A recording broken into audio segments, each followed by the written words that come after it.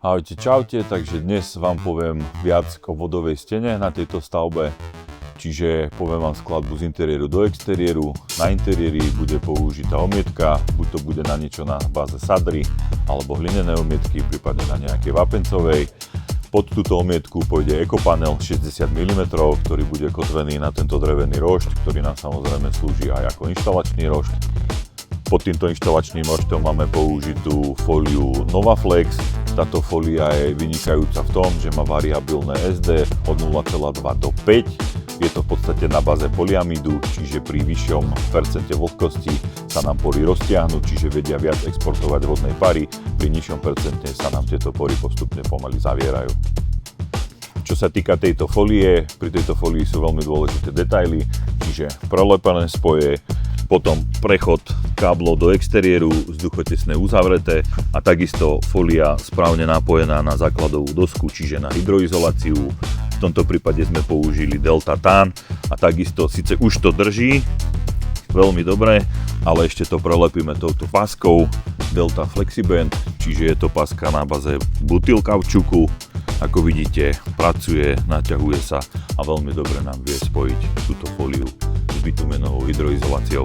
V tomto prípade je použitá bitumenová hydroizolácia z toho dôvodu, že majiteľ, investor si robil základovú dosku sám, natiahol to do tejto hydroizolácie, my však používame iný systém, ale ten vám ukážeme na našej ďalšej stavbe.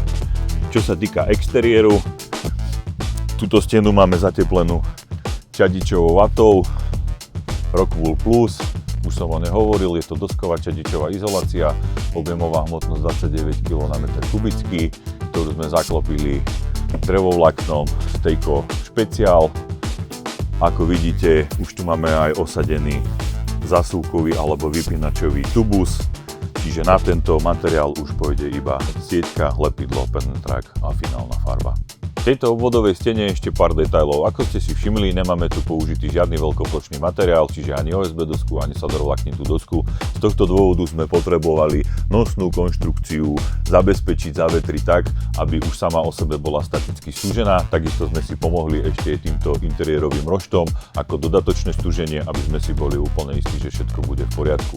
Pri tejto danej skladbe, o ktorej som vám spomínal, sa hýbeme s obvodovou stenou na tepelnom odpore asi okolo 8,5. Odporúčaná hodnota je 6,5, čiže sme dosiahli veľmi vynikajúce vlastnosti a fázový posun sa pri tejto stene hýbe niekde okolo 18 hodín, takže voči prehrievaniu úplne ideálne riešenie.